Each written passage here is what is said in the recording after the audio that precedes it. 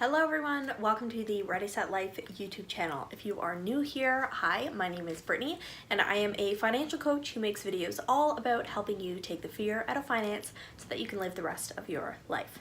Now I always say that my channel is here to take the fear out of finance, but I haven't actually ever talked about fear.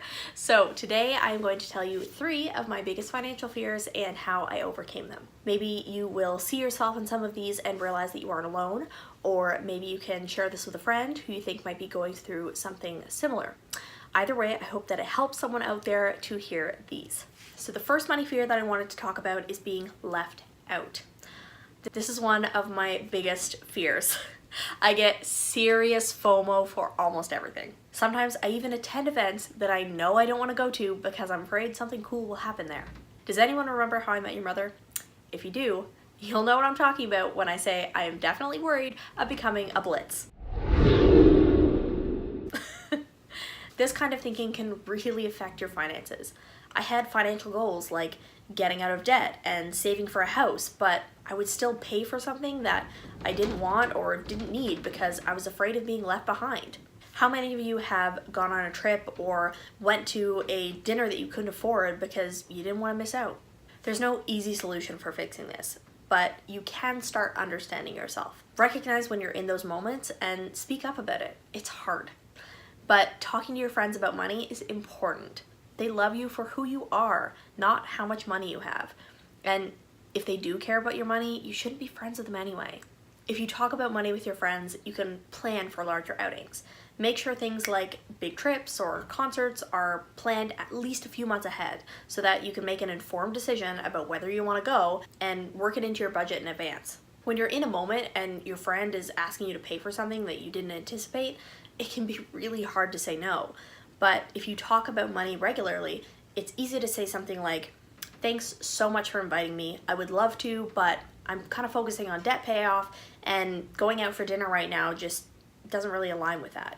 But you guys go without me and maybe next week we'll stay in and cook something ourselves instead." I'm not gonna lie, it still hurts when you see those Instagram stories of all the things that you missed, but you also get really proud of yourself for sticking to your guns and making a healthy, mature choice that aligns with your priorities. All right, the second fear is something that I call keeping up with the Kardashians. We look around at all of our friends and all of our family and coworkers and we want to be included. We want to have the nice cars and go on the nice trips and we want the latest gadgets and toys. Part of me thinks this kind of goes along with the fear of missing out, but for me, it's worse. It's me not wanting to be judged for not having those things. I don't care if I'm missing out on the experience of having a big trip, but I am afraid of what people will think of me if they see that I couldn't go on that trip. I cannot even begin to tell you how stupid this is. I mean, it's totally human nature. We all want to be loved and accepted, and we're worried that others are not going to accept us if we don't act the right way or look the right way or have the right things. We're all afraid that people will think we're uncool or broke or insert any other negative adjective here. We want to prove that we're not, so we look around at everybody else and we try and copy what they do. But everyone feels this.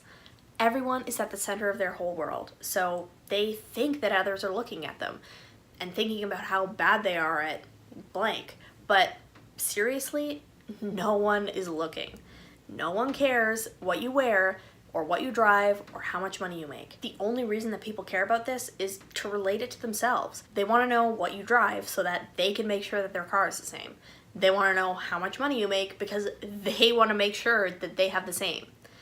If anyone is hating on you, it's because they have the problem. You are unique. You will never be anyone else. There are always going to be things that you admire about others that you don't have, and there will always be things that other people will admire you for that they don't have. Get comfortable with yourself. Make sure your choices are for you.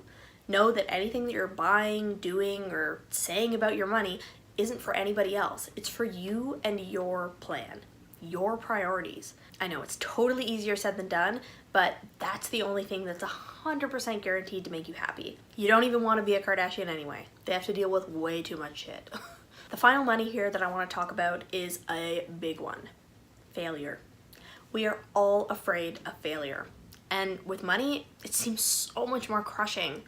In today's society, not making enough or having enough, it's seen as a failure. I was totally afraid of this, and I still am afraid of this. I don't know if that ever goes away, but we have to learn to embrace it.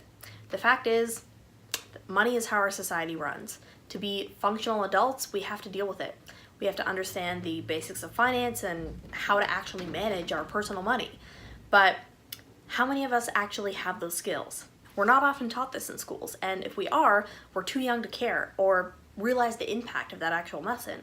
On top of that, if you're bad at numbers or grew up terrified of math, it can be petrifying to even think about finance. You know you need the skills, but you ignore it because you're afraid of looking stupid. You're afraid of admitting that you don't know because you don't want to seem like a failure in front of your peers. My advice for this one?